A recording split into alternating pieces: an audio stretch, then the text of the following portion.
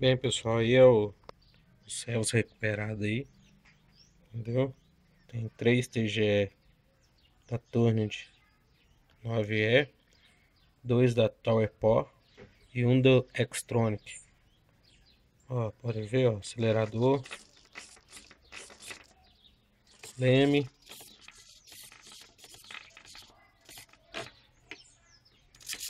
profundor, aileron, tá vendo? São 2 ailerons aqui para fazer um teste. Eu botei um canal 5 aqui, um touch hold. Ó,